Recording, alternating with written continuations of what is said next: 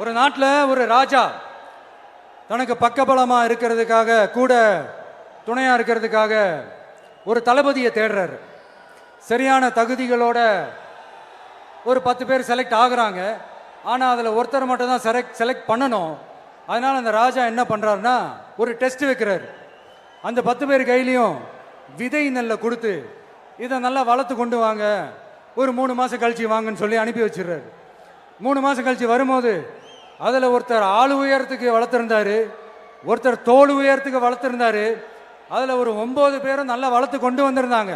ஒருத்தர் மட்டும் வெறும் தொட்டியோடவே வந்தார்.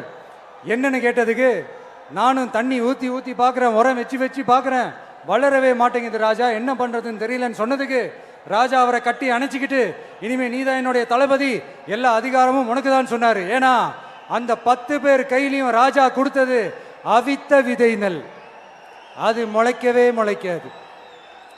அந்த 9 திருட்டு பயலும் என்ன பண்ணியிருக்காங்கன்னா வேற விதை நெல்லை வாங்கி அதை வளர்த்துட்டு ராஜாவையும் மக்களையும் ஏமாத்திருக்கிறாங்க. ஆனா இவர் மட்டும் உண்மையை போட்டு உடைச்சிட்டார். அதனால ஒரு நாட்டுக்கு திறமை எந்த அளவுக்கு முக்கியமோ அந்த அளவுக்கு உண்மையும் நேர்மையும் முக்கியம்.